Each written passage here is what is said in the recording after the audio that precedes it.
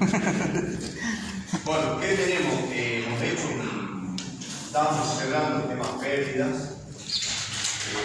Ya logramos ver. Muy tarde. Buenas noches. Terminaron la clase. ¿Usted viene en video? Sí. ¿Y ya terminamos? ¿Falta mucho? No, ya terminamos. Ah, bueno. Estamos.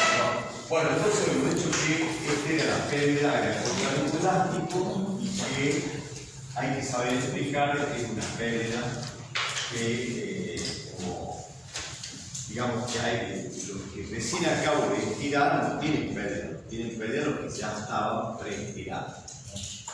Luego tenemos como la contracción del hormigón. Acá están las variables. Y vemos que si hay un buen curado, que se ve en la diapositiva que viene.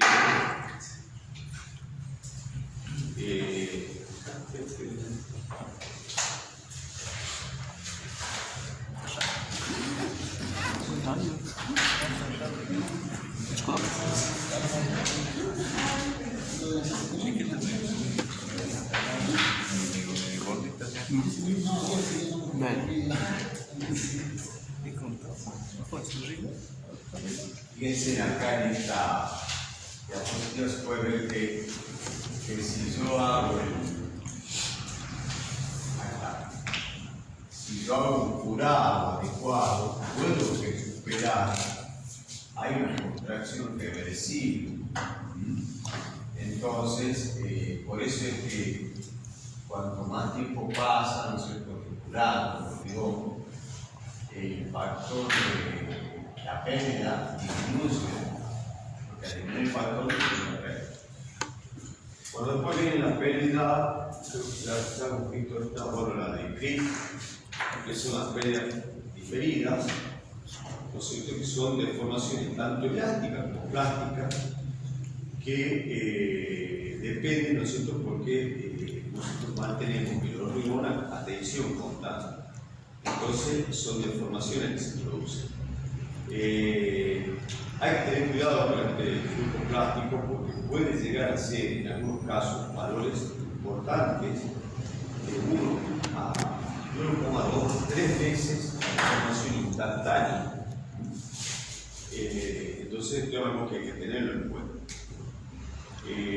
Luego tenemos bueno, las pérdidas por CRIP, lo calculamos también con una expresión muy similar, aunque el fenómeno no es el mismo, ¿no? O sea, porque ahí no es el mismo específicamente de contracción instantánea del hormigón, pero han decidido algunos investigadores y nuestra norma usar esta fórmula. Ustedes pueden encontrar en otros libros otras fórmulas, pero bueno, yo prefiero darle la que tomó la norma argentina. Y también es el nivel de tensión que está actuando, ya ahora con el diseño flexión ya pasamos la relación de módulos y un factor que tiene en cuenta, obviamente, acá como se ve, que para elementos prepesados se toma 2, ¿cierto?, y para elementos postesados 1,6. Factor que es experimentado, ¿cierto? Bueno, en la ocasión de los cables es la pérdida de tensión del acero debido a mantenerlo a deformación constante, ¿cierto? El de CRIP es deformación que se produce por mantenerlo a tensión constante. Una pequeña diferencia. Ambos fenómenos son por efecto del tiempo, digamos, y tiene que haber ya sea tensión constante o deformación constante. Uno de los dos tiene que haber, si no tengo efectos de largo plazo, que se llama. Bueno, ¿cuánto vale varía entre el 2 al 8% de la tensión que se le haya dado inicialmente? Depende del tipo de acero, de la tensión del pesado, del tiempo transcurrido, etcétera, etcétera, ¿cierto? Entonces, la norma también, basada en un trabajo de investigación, propone una fórmula no es la única, vuelvo a decir. ¿A qué es igual? Es igual a la pérdida en sí, de relajación, menos descuenta todas las pérdidas por contracción, por fluencia, por creep y por deformaciones instantáneas, ¿cierto? ¿Por qué la descuenta deformación instantánea, creep y fluencia? ¿Por qué la descuenta?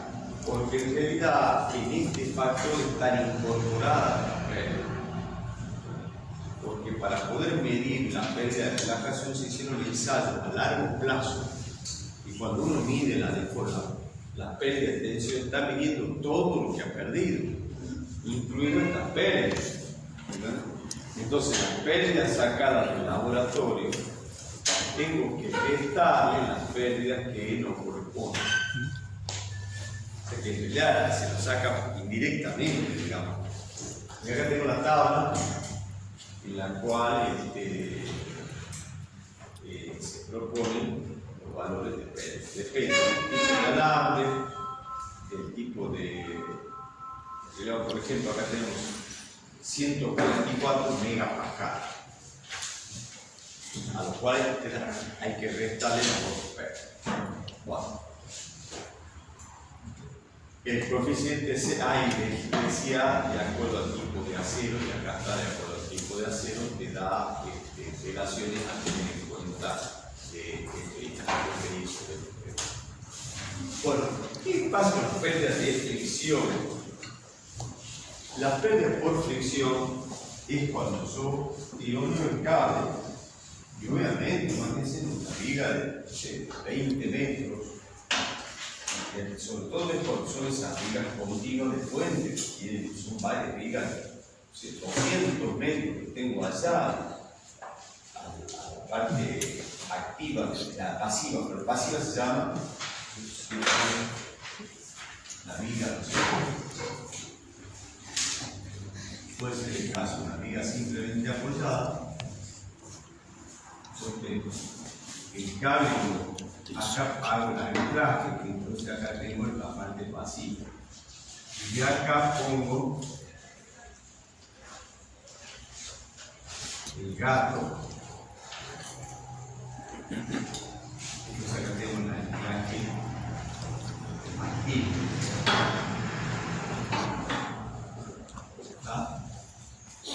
Y va el gato y el anclaje aquí.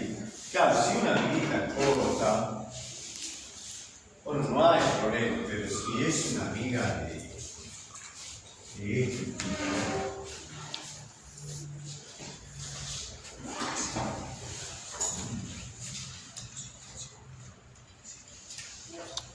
donde el cable va así, acá tengo, digamos, el anclaje pasivo. Y acá tengo el anclaje activo.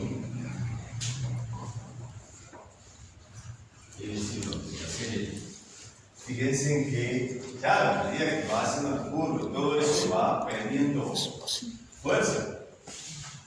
Pierde mucha energía en lo que voy poniendo. Entonces, las pérdidas por fricción, en realidad son por tres motivos, digamos, rozamiento en curva, rozamiento en recta, por desviaciones de cambio de direcciones. Entonces, una de las propuestas es esta fórmula, en la cual dice la tensión, ¿no es cierto? Si yo tenso de acá, acá está P0, y yo la mido en cierto X,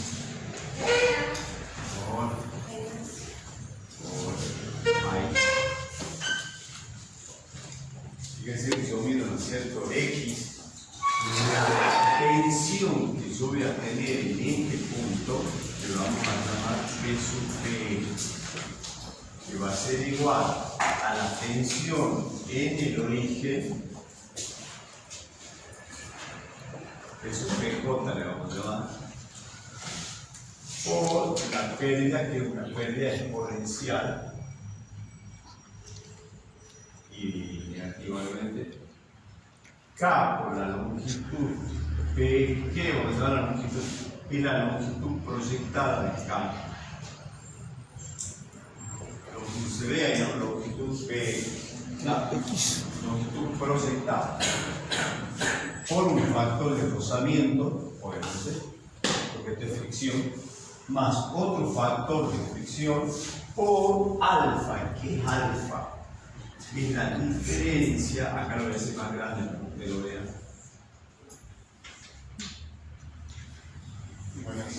Hola. Y acá entonces tengo X, vamos a ver, LX, perdón. LX. Y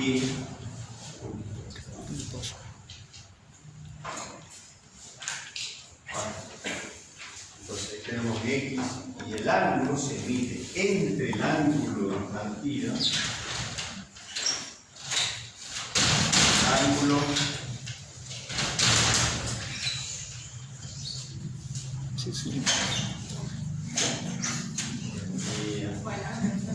sí, pero les voy a hacer solo un curso para abrir la puerta. Ahora viene así. No hay que girar. Hay que girar. Luego de girado, girar. Vamos a hacer una prueba de si a mí me sale. No le va a salir.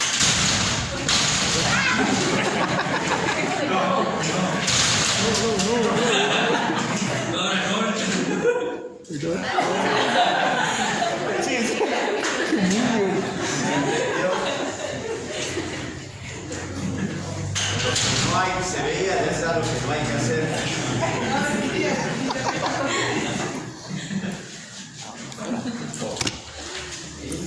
Y así. ¿Está todo entendido? No, diga, a ver, vamos a ver qué se dice.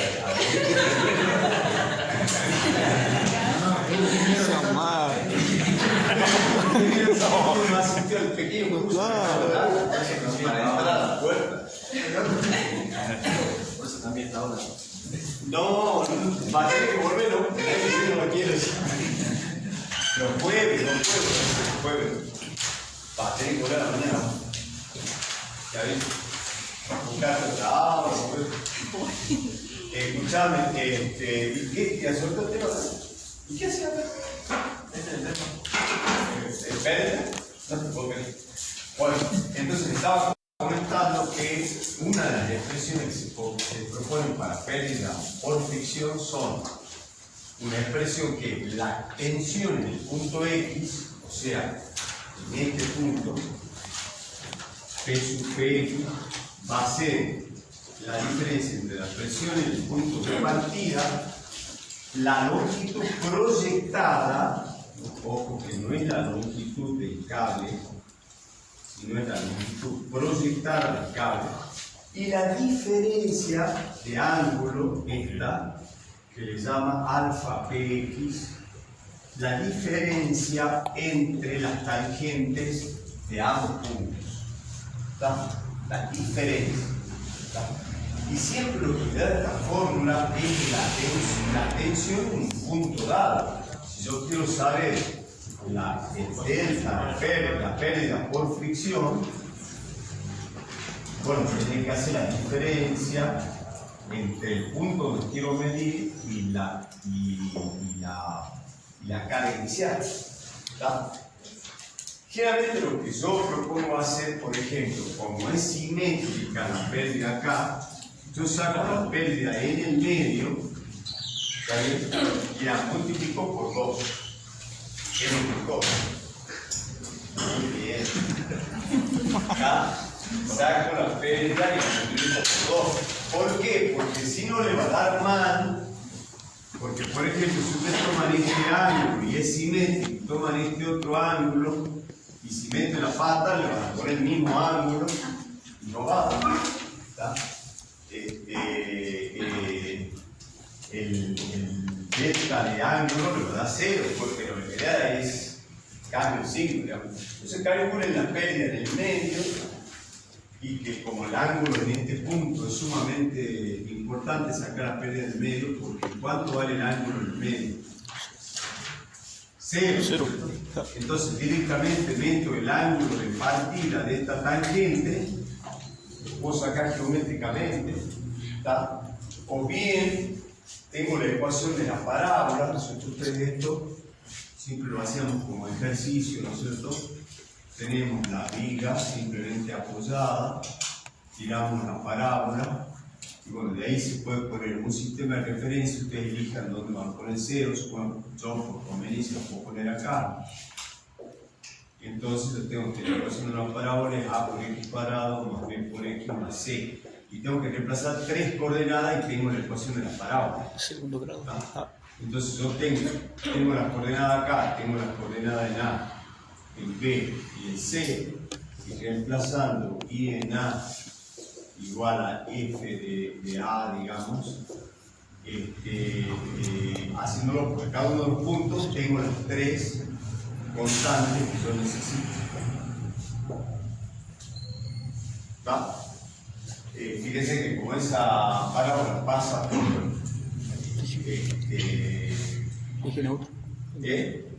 se les va a simplificar ahí una constante da 0 y la otra no es fácil de explicar. Agarraron ustedes ese pequeño ejercicio, pero es muy simple. Por la ecuación de la parábola yo derivo y ya tengo el ángulo de partida.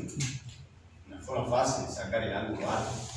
O sea, I' en A, I' en A me daría el ángulo que yo busco.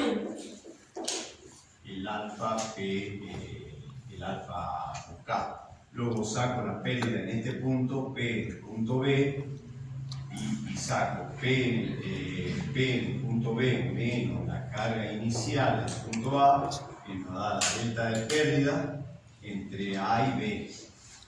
Y eso lo multiplico por 2 y que tengo la delta de pérdida entre A y C, que es en definitiva lo que estoy buscando.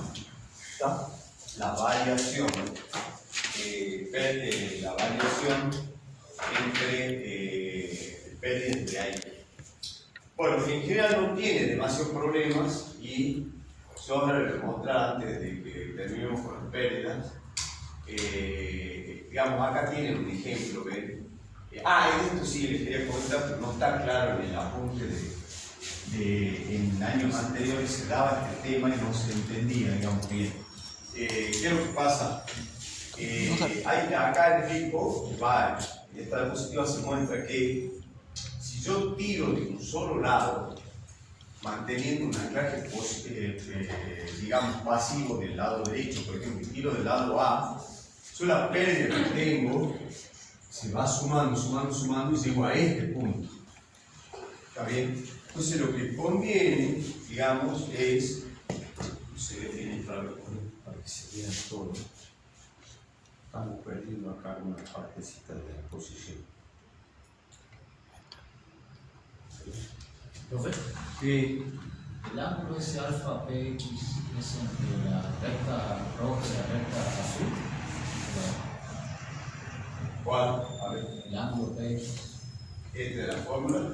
No, en el gráfico. Sí, ahí. Sí, es la diferencia entre las dos pendientes. Siempre es diferencia. Y LPX es la diferencia de progresiva, porque a veces en un puente uno va manejando progresiva, ¿no es cierto? Este punto no es la coordenada del 0, es la progresiva 10.050. Y acá tengo la progresiva 10.090, progresiva desde el punto de vista vial. Entonces hago la diferencia de progresiva. Por eso es que LPX y alfa PX son diferencias de progresivas y esta es diferencia de tangentes. No es la tangente del punto. Pero claro, eso es muy importante verlo, si no sale mal la pérdida. Bueno, y les decía esto, les quería comentar, de que hay una forma de reducir esa pérdida, ¿no es cierto? Si es que se hace una alternancia, una alternancia de tensión, es decir, no todos los cables los tenso en el mismo lugar, ¿no es cierto? Si se va tensando de manera alternada de una parte del cáliz tensa de un lado, luego del otro otra parte, y así sucesivamente, como se muestra en la figura, se puede mermar la pérdida remanente de ambos lugares un poco, ¿tá? Se puede mermar, ¿tá? Sobre todo eso es bueno cuando tengo vigas continuas y largas, donde las pérdidas son importantes, ¿tá? Caso de bueno, ¿qué otra cosa podemos dar? Bueno, las pérdidas de anclaje, ¿no? Fíjense que acá hay un detalle de un poco, digamos, de cómo se produce el anclaje, ¿no es cierto? Tenemos, digamos, este es el equipo en el cual yo tironeo y del otro lado tenemos a una cuña, al cable anclado directamente. Son pérdidas se les llama también por penetración del anclaje y por acomodamiento de las cuñas, ¿no? Son dos fenómenos diferentes, pero a los dos los llamamos pérdidas de anclaje. Están en el orden de 2 a 10 milímetros, o sea, es muchísimo. Por eso es que los fabricantes son los que han desarrollado este estudio para tratar de minimizar esa pérdida. Lo que acá me parece interesante que remarquemos este tema. Si el tensor es corto, la pérdida resulta muy importante, ¿cierto? Por ejemplo, que tengamos, supongamos, una pequeña viga de 4 metros, es muy chica, pero un cable de 4 metros, esta pérdida podría llegar a representar un 25%. ¿Se acuerdan cuando iniciamos clases de pérdida? La clase pasada, no me acuerdo si lo dije. Las pérdidas se estiman en general entre un 10 a un 15%. Si excedemos sus valores porque algo está funcionando mal, tenemos que rediseñar la viga, algo estamos metiendo mal. Una pérdida de un 25% es muchísimo. En cambio, para la viga, pero de 40 metros, o sea, 10 veces más, ese mismo deslizamiento de 5 promedio, por ejemplo, representaría apenas un 2,5%. Eso es lo que quiero rescatar. Que esta pérdida se cobra, es importante considerarla sobre todo cuando tengamos vigas cortas, ¿tá? No es tan influyente en un sistema de vigas largas, ¿tá?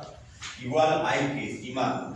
En años anteriores, en años anteriores dábamos una fórmula, pero no quiero dar una fórmula porque acá está, digamos, o sea, la pérdida es igual a la variación de longitud sobre la longitud inicial, ¿no? Y la variación de longitud va a depender del fabricante, ¿no?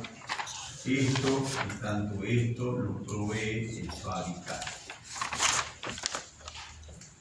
¿Está? Así que vayan a tener que consultar, qué propuesta le hace el fabricante. Bueno, acá está un poquito lo que les decía de la ecuación de la parábola, ¿no es cierto? Y la transmisión del esfuerzo pretensado hacia el hormigón se realiza a través de fuerzas radiales, ¿tá? Acá en este está sacado el Dreus, por eso le quedó un librito viejo. Hay un equilibrio, ¿no es cierto?, entre las fuerzas que yo le aplico al cable y las fuerzas que el cable le aplica al hormigón. Y luego están las fuerzas que el hormigón le aplica al cable, también que son las reacciones, iguales o contrarias, ¿tá? Cuando es un sistema adherente, podemos decir que hay compatibilidad de tensión y de deformación, entre acero y hormigón, y además esta carga, digamos, se puede analizar de esa manera. Pero cuando no hay compatibilidad de deformación, o sea, porque tenemos un sistema no adherente, sí podemos decir que la tensión esa le transmite en total a la viga un esfuerzo de compresión, pero no sabemos cómo no se va transmitiendo de manera así progresiva como lo hace un sistema eléctrico. Ya vamos a volver a comentar más sobre eso. Bueno, vamos a diseño. Acá ya se retira ese. Vamos al punto clave que se llama diseño a flexión. ¿Cómo calculamos una viga portesada? Que es lo que nos vamos a centrar en el curso. ¿Cómo calculamos? ¿Cómo la dimensionamos? ¿Cierto? Con el hormigón armado convencional, ¿cómo se diseña el hormigón armado? Por el método LFD, a cargas últimas, hacemos un balance entre las cargas requeridas últimas y las cargas de diseño últimas. ¿Está bien? Sí. En el caso del hormigón pretensado, nosotros debemos garantizar que ningún estado límite sea superado. En particular, tenemos estados límites últimos también, y tenemos estados que le vamos a llamar estados límites de resistencia. Tenemos estados límites de servicio, eran 5 estados, ¿se acuerdan? Y de para fuente estamos hablando, ¿no? Se aplica mucho las vigas portesadas en puente. Y teníamos los estados extremos, ¿se acuerdan? Cuando aparecía sismo, grandes deformaciones. Entonces, ¿qué es lo que se propone en la metodología? Siempre heredamos lo que ingenieros pasados ya venían trabajando así, lamentablemente. Diseñar en estado de servicio y luego verificar que para un estado crítico de resistencia, un estado último, no se produzca el fase. ¿Está bien? O sea que nosotros vamos a seguir ese camino. Vamos a diseñar a partir del método ASD, de estados de servicio o método de las tensiones admisibles, también se llama, son admisibles de diseño por estado por tensiones de servicio de admisibles. Sí.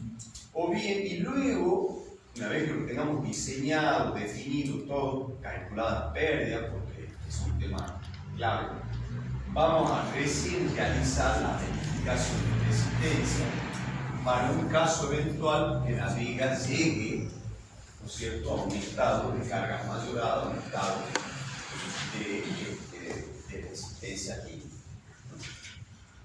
En todos los casos, ¿qué es lo que pasa? La viga de hormigón pasa por puede ocurrir que esté sometida a diferentes estados de carga. ¿Está bien? No significa que tenga que pasar durante toda su vida útil todo el estado de carga, porque el estado de carga mayorada, por ejemplo, perdón, el estado de carga de servicio, bueno, servicio pleno siempre, pero el estado de carga mayorada no necesariamente va a llegar a pasar un terremoto durante la vida útil de esa viga. Puede ser que ya esté dado fuera de servicio y no haya ocurrido el terremoto. Pero en general le llamamos etapas porque en base a eso vamos a dimensionar. ¿Cuáles son las etapas esas que transcurren en una viga portesada? La primera es la etapa que la vamos a llamar transferencia del esfuerzo pretensado. También es llamada carga en vacío. Algunos le llaman también a la puesta en tensión, como ustedes quieran. Le llaman también tiempo cero y todas tienen un subíndice, un I, porque es la usanza, la puesta en tensión y de inicial, supongo que será el estado inicial. Otro estado de carga va a ser carga de servicio pleno, es decir, le vamos a llamar estado S por S de servicio. Dentro del estado de servicio pleno también podemos tener el caso que tenga desarrolladas todas las pérdidas. Y también tenemos un caso de etapa de carga mayorada con a tiempo infinito. Siempre que haremos tiempo infinito quiere decir no es que a tiempo de que estemos en otra etapa, no. Quiere decir que ya se han desarrollado todas las pérdidas. La convención de los ingenieros de infinito cuando ya se han desarrollado todas las pérdidas, sobre todo de larga duración, ¿no?, que acabamos de ver el CRIM, la relajación, ¿no es cierto? Son pérdidas que demoran un cierto tiempo en producirse. Entonces, lo que vamos a hacer nosotros, antes de pasar a diseñar, tenemos que definir cuáles son las tensiones admisibles en cada una de esas etapas. Entonces vamos a admitir, ¿no es cierto?, las siguientes clases de elementos. De acuerdo al reglamento se definen las siguientes clases de elementos pretensados, ¿cierto? Elementos según se desarrolle o no, según el nivel, que desarrolle la tensión de tracción de la fibra extrema, ¿no es cierto?, frente a las cargas exteriores actuantes, vamos a decir que la viga está en un estado no fisurado cuando las tensiones de tracción máximas no superen este umbral 0,7 de la raíz cuadrada de frecuencia. Definiremos esos umbrales. Hay normativas que lo fijan de otra manera, ¿no es cierto? Ya vamos a ver cuando veamos el análisis de otro tipo de análisis de resistencia. Vamos a ver que se habla mucho de 0,33, también de la raíz cuadrada de frecuencia. Se dice que las fisuras se forman en 0,33. Pero bueno, acá el reglamento argentino, basado en la ASTO, en la norma americana, fija como límite 0,7 de la raíz cuadrada de frecuencia. Un hormigón de transición entre 0,7 y 1, y diremos que el hormigón ya se encuentra en estado fisurado cuando ha superado la resistencia, la raíz cuadrada de la resistencia característica de compresión. Entonces, definiéndose para las clases no fisuradas y en transición, se utiliza para poder trabajar con hacer la verificación, se utilizan las tensiones considerando la sección completa, es decir, secciones no fisuradas. En el siguiente cuadro se puede resumir, digamos, las características para fines del diseño de cada uno de lo que el proyectista decide. A ver, yo quiero trabajar con un hormigón no fisurado, bueno, entonces tendré que cuidar que las tensiones de tracción en ningún punto de la viga supere este límite, y podré trabajar con la sección bruta, o sea, sin tener en cuenta la fisuración. Si yo quiero trabajar, le voy a permitir